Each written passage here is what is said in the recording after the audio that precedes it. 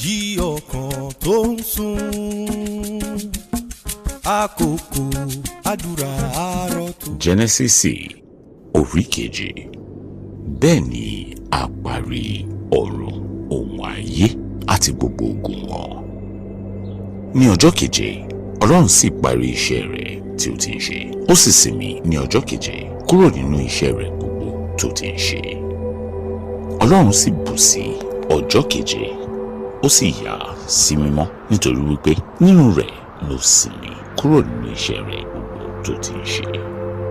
Ìtàn ọ̀run ohun ayé níwọ̀nyí nígbà tí a dá wọn ní ọjọ́ tí Olúwa Ọlọ́run dá ayé ohun ọ̀run àti olúkúlùkù igi ìgbẹ́ tí ó wà ní orí ilẹ̀ àti olúkúlùkù ewéko ìgbẹ́ kí wọn kí ó hù.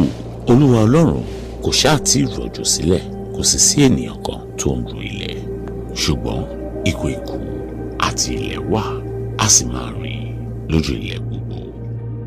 Olúwa Ọlọ́run sì fi erùpẹ̀ ilẹ̀ mọ ènìyàn, ó sì mí èémí ìyè sí ihò imú rẹ̀, ènìyàn sì di alààyè ọkàn. Olúwa Ọlọ́run sì gbin ọgbà kan ní ìhà ìlà oòrùn ti Ídẹ́nì, ni ó sì fi ọkùnrin náà tó ti mọ̀ sí. Láti inú ilẹ̀ ni Olúwa Ọlọ́run mú onírúurú igi hù jáde tó dára ní wíwò, tí ó sì dára fún oúnjẹ.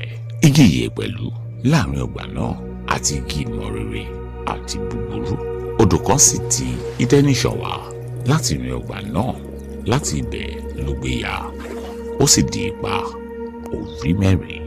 Orúkọ ìkíní ni Písónì, òun ni èyí tí ó yí gbogbo ilẹ̀ Hàlílàkà níbi tí wúrà wà.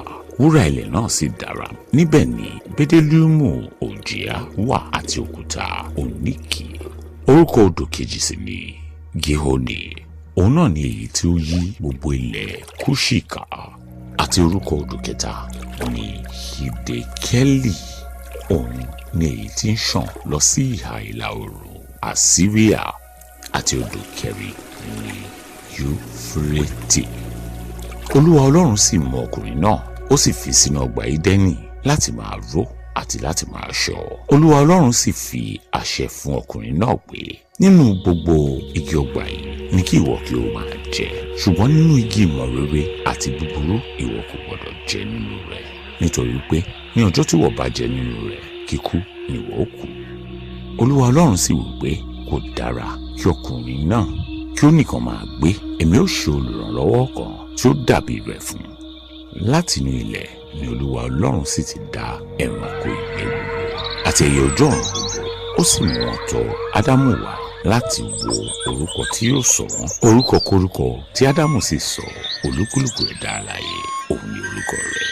Ádámù sì sọ ẹran ọ̀sìn gbogbo àti ẹyẹ ojú ọ̀run àti ẹran ìgbẹ́ gbogbo ní orúkọ, ṣùgbọ́n fún Ádámù a kò rí olùrànlọ́wọ́ tó dàbí rẹ̀ fún un. Olúwa Ọlọ́run sì mú orun ìjìká kùn Ádámù, ó sì sùn, ó sì yọ ọ̀kan nínú egungun ìhà rẹ̀, ó sì fi ẹran dípò rẹ̀.